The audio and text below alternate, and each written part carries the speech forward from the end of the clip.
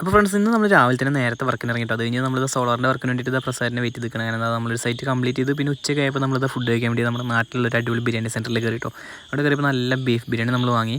പിന്നെ അത് ഫിനിഷ് ചെയ്യാനുള്ള തിരക്കിലായിരുന്നു. അതൊക്കെ പിന്നെ വിശന്നതുകൊണ്ട് വേഗം ഫിനിഷ് ആയിട്ടോ.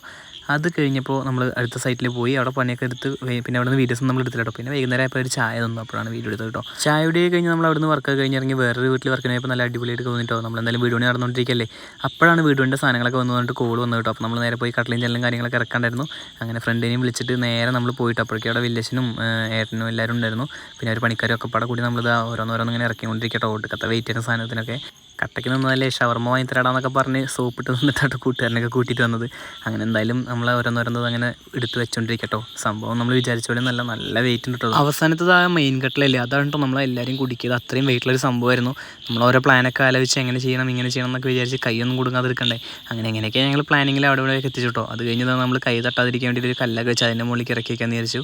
അങ്ങനെ എങ്ങനെയൊക്കെയോ ഞങ്ങളെല്ലാവരും കൂടി കറക്റ്റാക്കിയിട്ട് ആ വെക്കേണ്ട സ്ഥലത്ത് തന്നെ ഏകദേശം കൊണ്ടുവച്ചിട്ടുണ്ട് കേട്ടോ. അല്ലെങ്കിൽ ഇനിയും കൂടുതൽ പണിക്കാരെയൊക്കെ വിളിച്ച് ചെയ്യേണ്ടി വരില്ലേ. അങ്ങനെ നമ്മളിതാ ഒരു അവിടെ എങ്ങനെയൊക്കെ എത്തിച്ച് വെച്ചിട്ടുണ്ട്. അത് കഴിഞ്ഞിട്ട് നമ്മൾ നേരെ ഫ്രഷായി, ഫുള്ള് ചളിയനായിരുന്നു. ഫ്രഷായിട്ട് നമ്മൾ നേരെ ആ പറഞ്ഞ വാക്ക് പാലിക്കാൻ വേണ്ടി പോയിട്ടോ. അങ്ങനെ നമ്മളിതാ ഷവർമ്മയും വാങ്ങിക്കൊടുത്ത് ഇന്നത്തെ വീഡിയോ നമ്മളിവിടെ അവസാനിപ്പിക്കുകയാണ്. എന്തായാലും നാളെ കാണാം കേട്ടോ.